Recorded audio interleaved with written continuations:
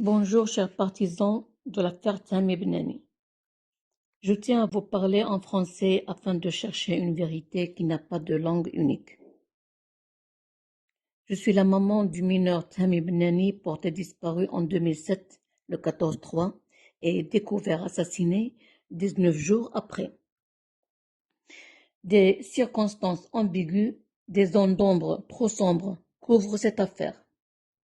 Les interventions de quelques malfaiteurs étranglent l'arrivée à la vérité.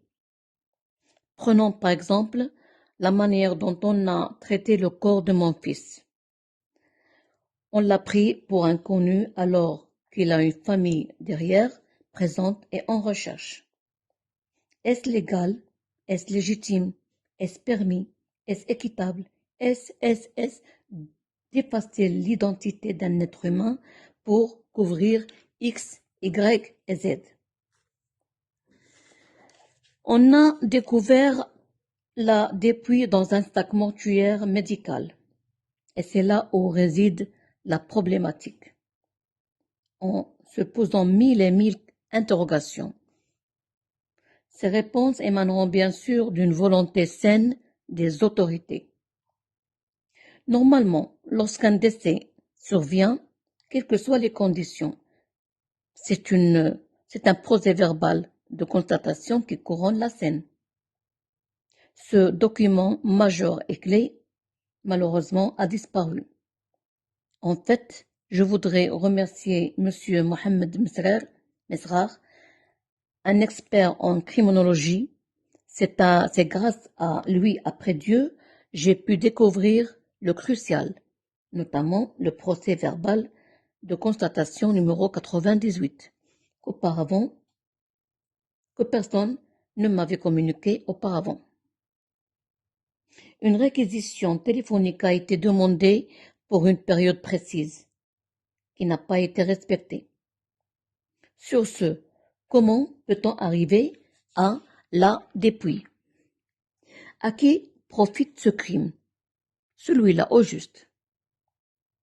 Parlons un peu de notre mineur, le présumé ami de Tammy, accusé avec deux adultes, détenus préventifs avec eux, séparés d'eux, libérés et acquittés. Quelle indulgence! Couvre-t-on qui alors? Ce silence est au détriment de qui? On considère ce mineur comme document pénal décisif et favorable pour les parents et les personnes en coulisses. Nous sommes devant une autre mineure qui fait aussi l'élément chef et boîte noire dans cette affaire. Elle a déclaré verbalement et sous serment que mon fils Tammy Benani a été assassiné, brûlé et jeté à côté de la mer. Pourtant, c'est de la sorte qu'on l'a découvert.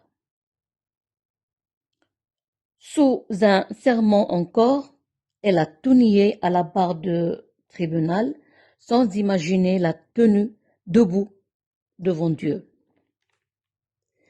Mais ces paroles ont bel et bien été enregistrées.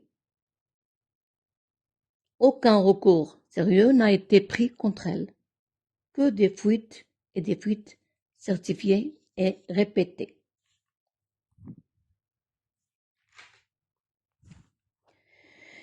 Avant de terminer, je voudrais m'adresser sincèrement et avec beaucoup de respect aux associations de défense des droits de l'homme, aux associations des victimes, aussi qu'aux avocats au Maroc comme à l'étranger.